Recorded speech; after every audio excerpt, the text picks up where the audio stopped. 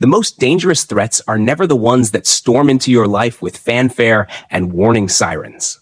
The truly perilous ones are the quiet guests, the ones you invite in yourself, believing them to be conveniences, tools, or even friends.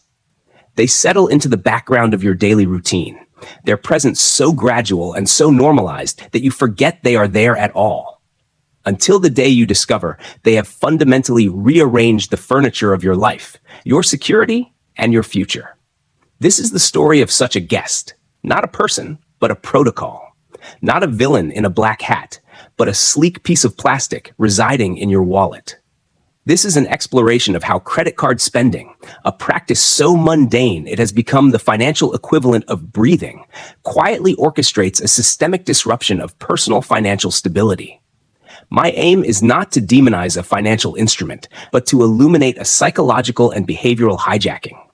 This is a personal narrative, a confession of sorts, and a forensic analysis of a quiet crisis happening in millions of wallets, including perhaps your own.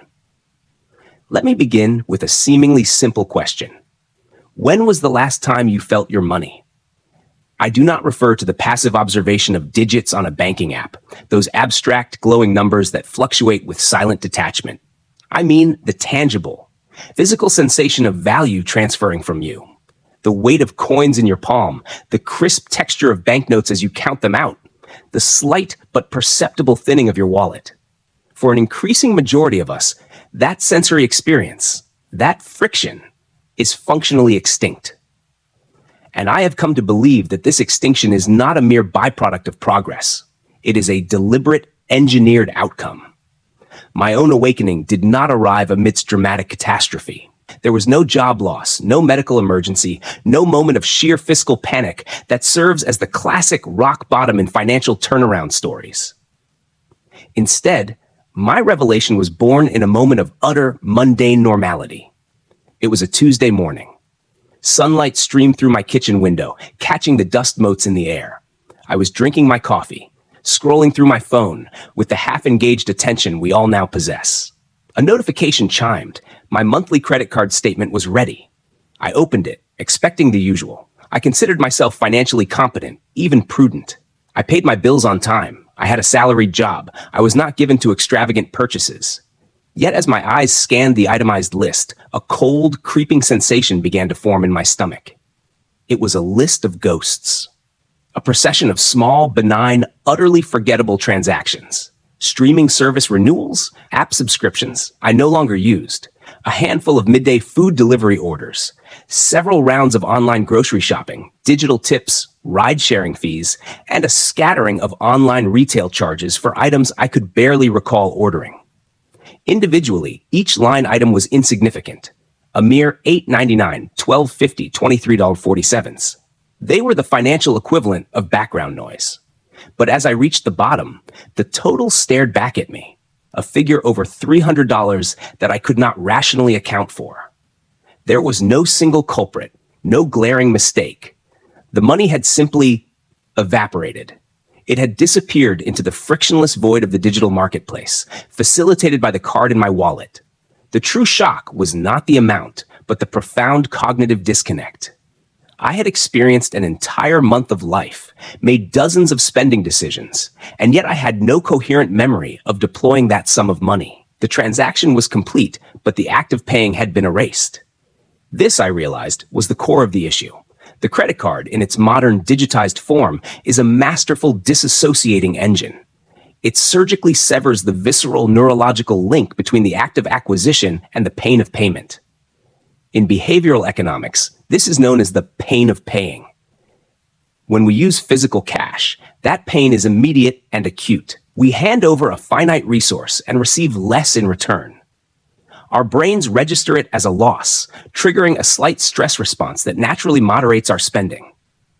The credit card, however, inserts a temporal and psychological buffer. It transforms payment from a synchronous event into an asynchronous promise. The pleasure of acquisition, the new item, the delivered meal, the entertained evening, is experienced now in full color and immediacy. The pain, however, is deferred, diluted, and bundled into a distant, abstract future represented by a single, daunting number on a statement. The tool has effectively hacked the ancient reward and consequence circuitry of our brains. We have been seduced by convenience, yes, but more powerfully by a neurological sleight of hand.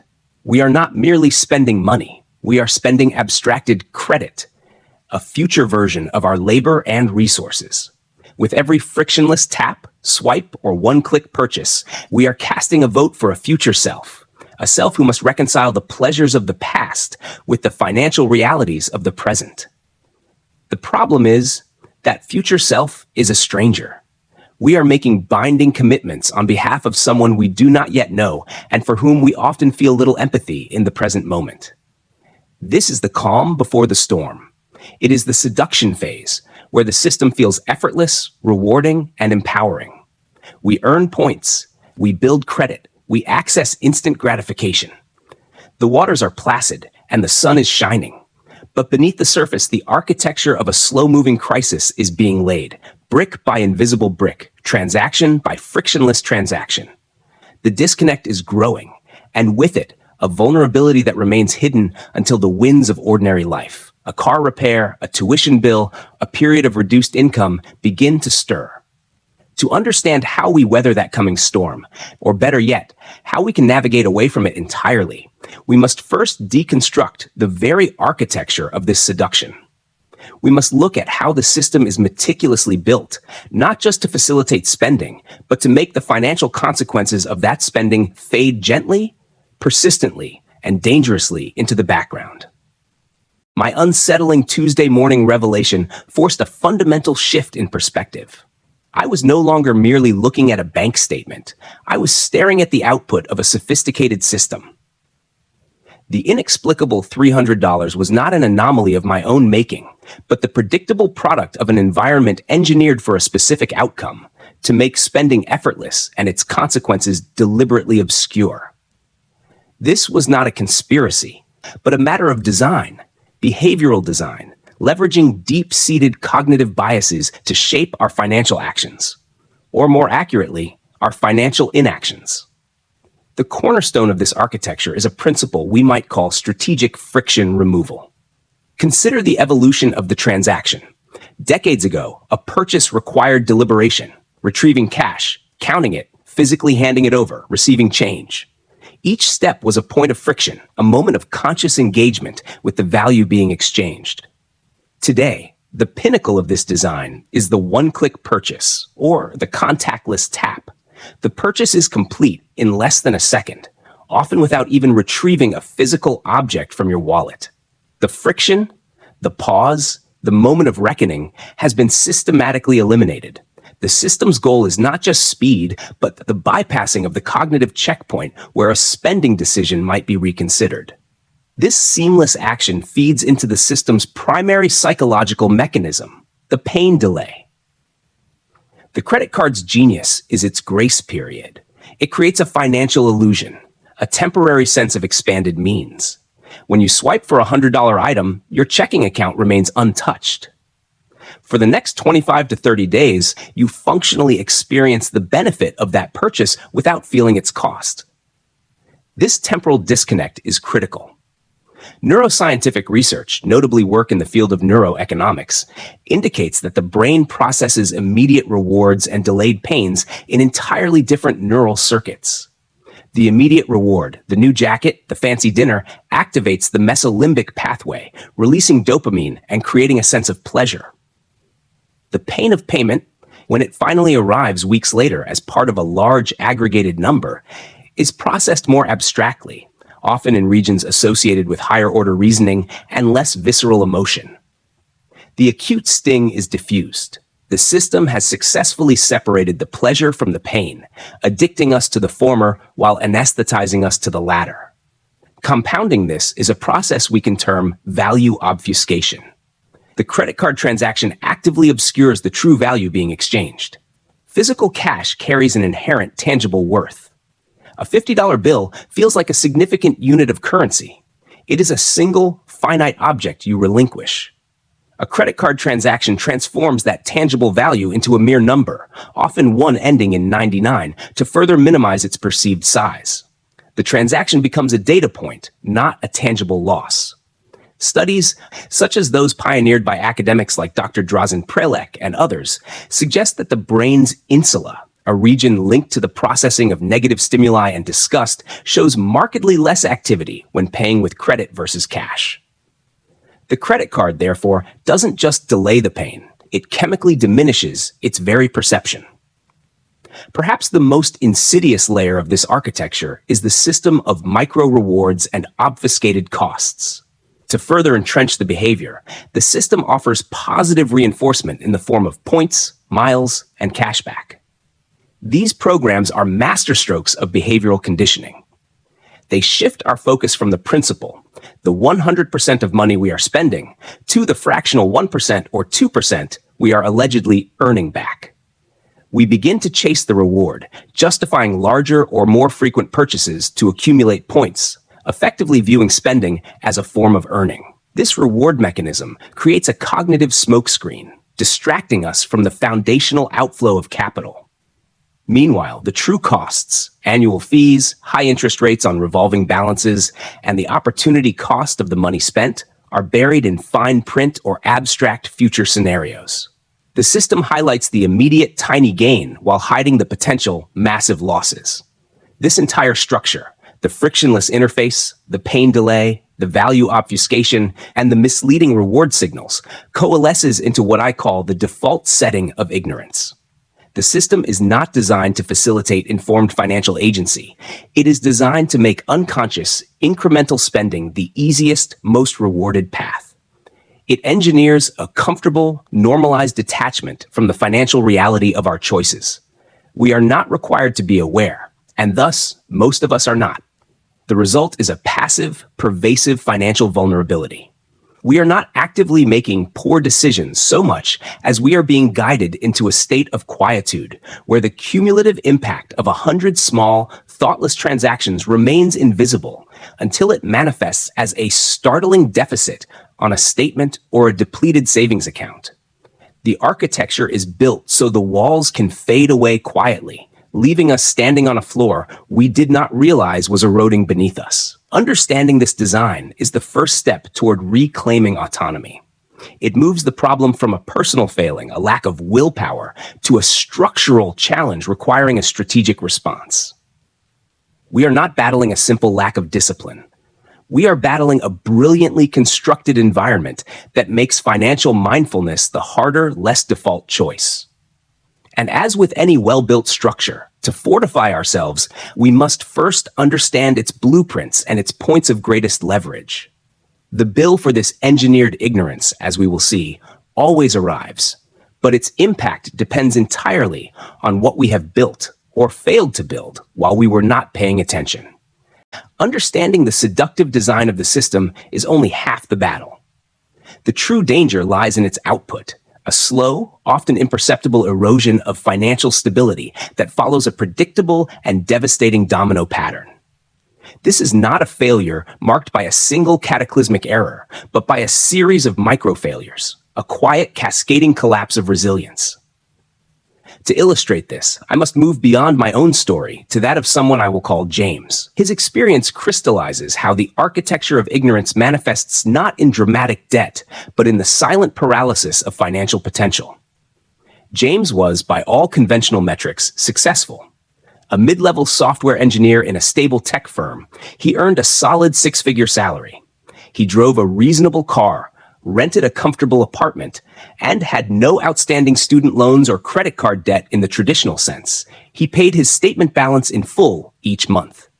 When I first spoke with him, he expressed a gnawing, persistent anxiety he couldn't name.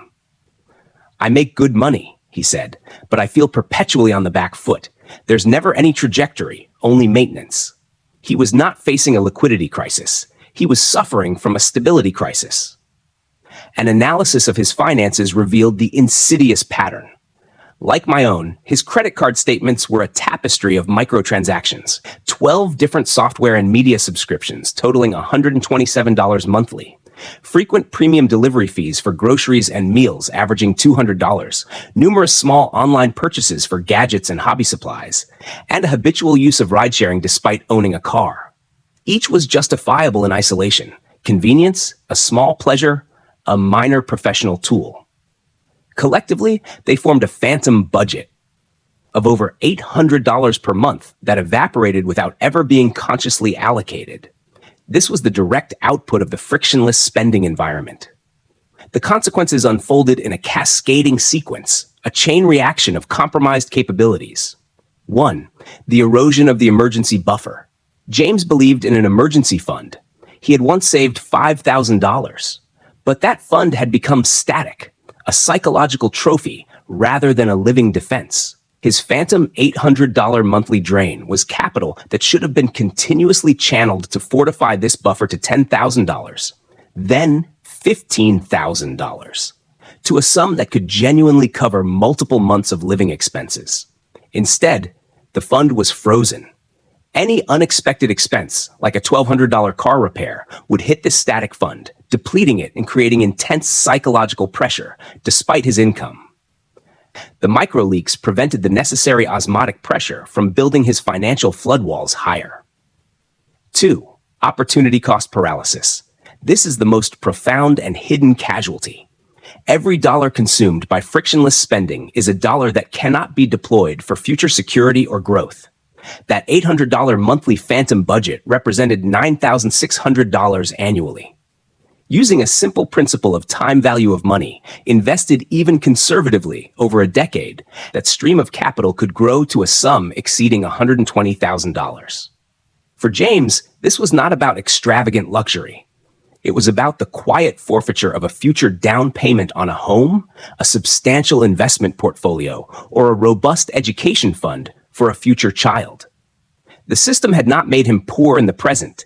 It had made his future self significantly poorer by stealthily diverting capital from compound growth into transactional ephemera. He was, in effect, trading potential generational stability for incremental daily convenience. 3. The cognitive tax and decision fatigue.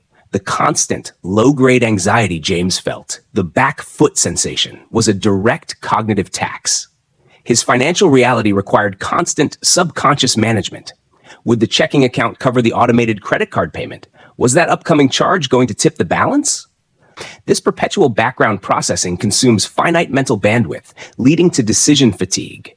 This tax bled into other domains: a reluctance to negotiate salary, a tendency to choose expediency over value in other areas of life, and a general erosion of the proactive, strategic mindset required for long-term advancement. His financial energy was spent on managing the outflow from microleaks, leaving none for constructing new inflows. 4. The illusion of control and the shock of fragility. Because James paid his balance monthly, he believed he was in control. This is the system's most dangerous illusion. It confuses solvency with stability.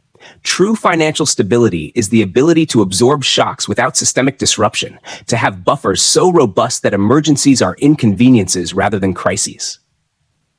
James's stability was a veneer.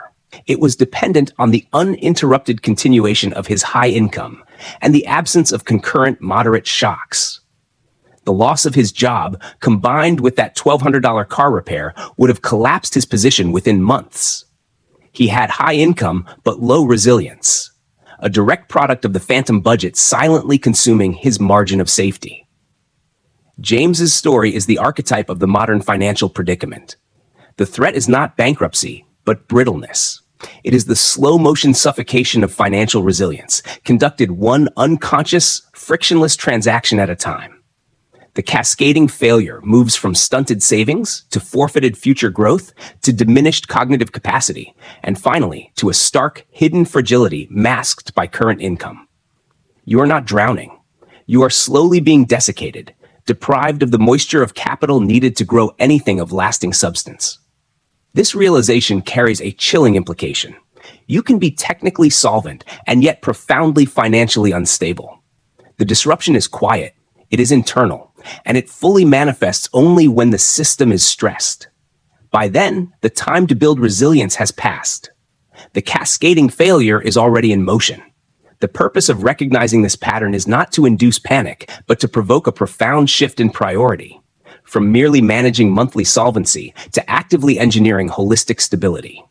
It forces the question: Are you using your income to build a fortress, or are you inadvertently funding the very system that keeps you wandering vulnerably just outside its walls?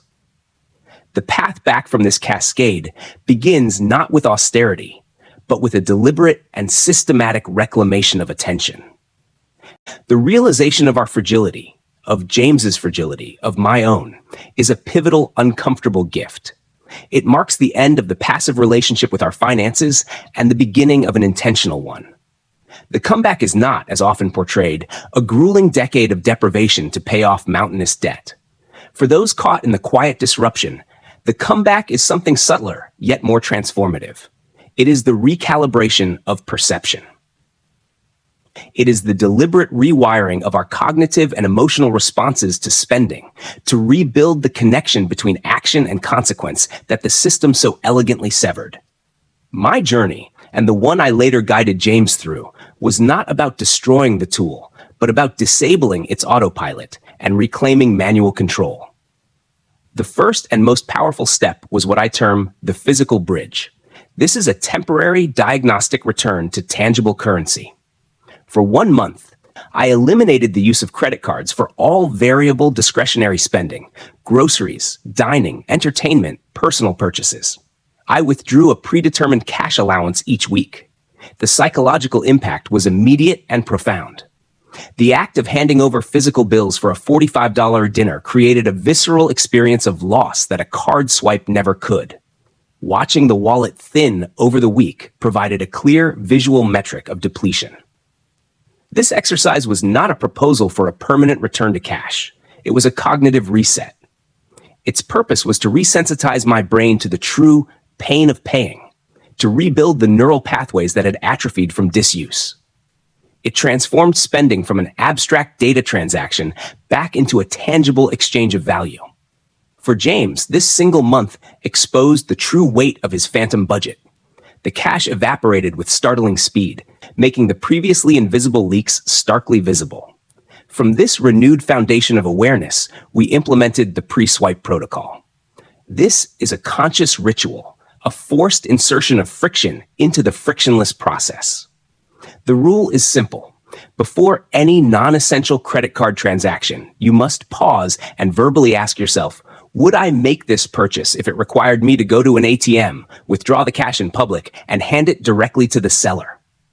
This question is a potent reality check. It bypasses the abstract points or future payment narrative and grounds the decision in immediate, tangible sacrifice. It separates genuine value from impulsive desire. This protocol transforms the credit card from a gateway to effortless spending into a tool for deliberate, pre-approved purchases. The card becomes a method of payment, not a source of funds. Awareness alone, however, is ephemeral without constant reinforcement. This led to the development of a digital dashboard of pain. We reconfigured our financial tracking. Instead of apps that merely categorized past spending, we created a single front and center metric, the running monthly total. This number, displayed on the home screen of our phones, updated with every linked transaction. It was not a budget limit, but a mirror. The goal was not to stay under a line, but to be forced to watch the line climb with conscious acknowledgement. This served as a real-time counter to the system's obfuscation, making the aggregate consequence of microtransactions impossible to ignore. Watching a $4 coffee increment, a glaring red total from $1,047 to $1,251, creates a moment of cognitive reconnection. It weaponizes data against distraction. Finally, we shifted our core success metric from solvency to stability. We stopped asking, can I pay this bill this month? And began asking, is my capacity to withstand shock growing? We tracked a new number, financial runway. This was calculated as liquid savings, monthly essential expenses. The sole objective became to extend this runway.